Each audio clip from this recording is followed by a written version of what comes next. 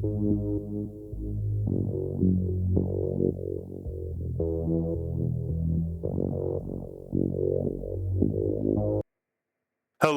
and welcome back to my small part of the universe. My name is Hailstone. Today we will be discussing a silvery, eel-like creature, something I didn't know that existed on Europa before today. So please, sit back, relax, and let us begin. Is this all that waits at the end of my journeys? A simple go-around again for participating in the death of a cosmic horror? I have been unable to find any trace of my old crew, let alone anyone that remembers me. I have seen plenty of old faces on both the side of the Coalition and the Separatists, but none remember me. I'm honestly not even sure if they are the people I knew. Now I find myself as the captain of some wayward crew of miscreants for the Coalition. A real group of oddballs would be an understatement for them. Wherever I reside now is different yet the same. The Cold Caverns is still the name of the closest inhabited biomes to the surface, yet it is far more dangerous than the one I knew to ever be. The tunnels here are jagged and lined with ice spires that seem to guard a hellish throat far longer than I knew. I recognize some of the creatures here. There are crawlers and mud raptors, but they are different, like there are slight variants mixed into their numbers. And there are completely new creatures I have never seen before. Perhaps they were always here on Europa, just displaced somewhere different on the one I knew so well. The creature in this biome that has currently caught my interest is a long, slender, silver-like fish that is locally called here by the name of Barracuda, perhaps as a reference to the old one on Earth, rumored for its viciousness and ferocity. Yet this one seems to act nothing like its namesake. In fact, it seems to have barely any aggressive tendencies, as long as you aren't on the outside of a submarine, that is. Biology of the Barracuda. The Barracuda of Europa is an elongated eel-like creature that is rather similar to the threshers. The creature is covered in copper-like scales that seem to have been thoroughly polished and have a reflective edge. Along the back of the creature, it is marked with a multitude of long stripes and black specks. On the underside of the creature, there are two rows of seemingly bioluminescent blue spots that terminate into a singular row along the back half of the creature. The main method of movement for the Barracuda is a set of rather strange fins. One large pair and a slightly smaller pair of fins just behind them.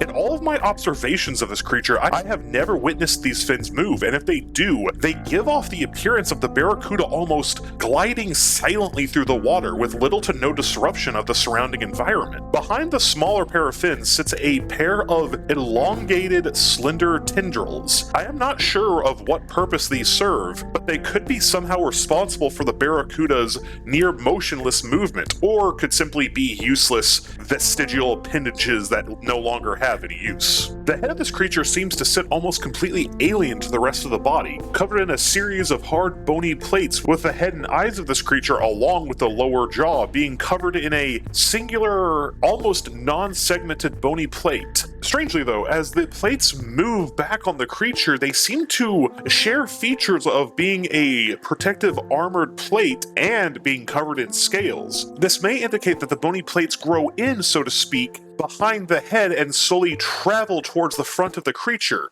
seamlessly fusing together into a singular plate on the head and lower jaw. The eyes of the Barracuda are a fair bit of a mystery, though once more it is surprising that a lot of the creatures on Europa even have eyes considering the environment, especially the Watchers with those big, gazing, singular eyes of theirs. Back on topic, the Barracuda has 3 pairs of eyes, much like the crawlers do, though what is different about these is that all these eyes are glazed over, almost as if these creatures are blind.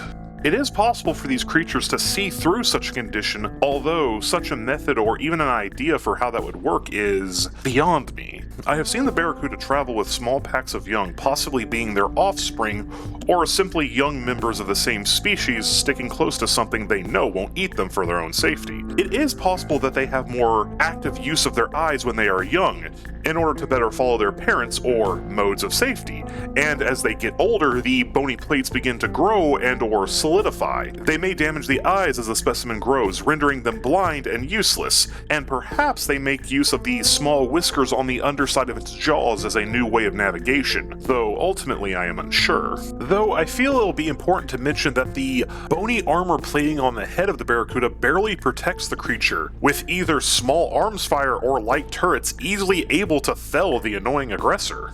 Behavior of the Barracuda. Unlike many creatures on Europa, the Barracuda is quite strange to witness. In fact, to a certain degree, this specimen reminds me of a watcher. For you see, the Barracuda, at least in my observations, doesn't have a tendency to directly attack a submarine. I have indeed seen some of them try to nibble on the steel exterior, though this is usually not for long, with the Barracuda quickly becoming bored and returning to some form of stalking and or observation-like behavior, often just watching the sub as it passes by, sometimes taking a perceived swipe at the vessel only to leave as quickly as it started.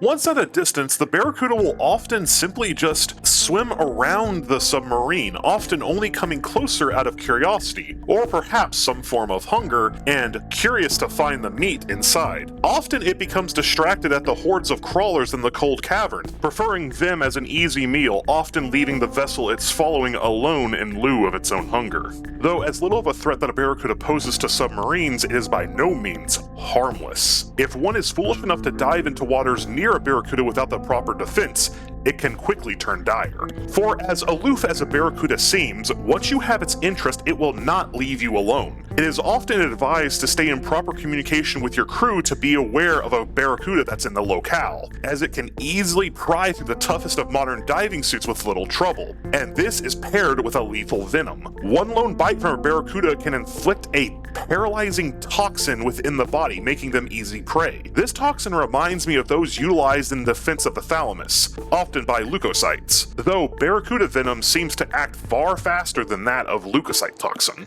I wonder if the Barracuda's venom is actually derived from the leukocytes, with a Barracuda partly preying on Thalami-rex as a source for strong venom, concentrated from a multitude of leukocytes being consumed. Though this is unlikely, as Barracuda seem to have no resistance to paralyzing agents themselves, though they may have some form of delayed reaction to paralysis in order for it to wear off. In any account, though, it's direly important to have a prepared medic at all times. Like the many of Europa's inhabitants, the Barracuda can often be found in packs, at least from what I've seen in the cold caverns, up to 3 individuals with a small number of young with them, or at least that's what I assume are the young of the Barracuda. The young seem to wait for smaller chunks of meat to fall off the prey when the larger members feed, though they are not afraid to attack prospective prey or threats, as the young seem to carry the exact same paralyzing venom as their larger counterparts. Due to the proximity of the young Barracuda to the adults of their group, I suspect that they may give some form of live birth, with perhaps even the eggs hatching in an internal space, only to gain their freedom later under the defense of their parents. Or it is possible for these packs to form randomly with the young out on their own, simply seeking protection under a larger group. Ultimately, this Barracuda represents the tip of the metaphorical ice spire on undiscovered life here on Europa, and I am more than along for the ride.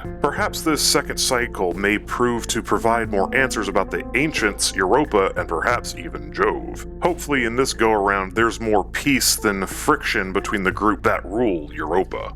Thank you for watching another one of my videos. I apologize with the inconsistencies with some of the audio within the video. I had to make some edits on some audio I thought I had finished, but otherwise had not. I hoped you enjoyed this examination of a creature from the Survivator Plays mod pack. I cannot necessarily pronounce the name of the creator, but I thank him for his creation. Now, until next time, I wish all of my viewers a great, safe, and happy weekend.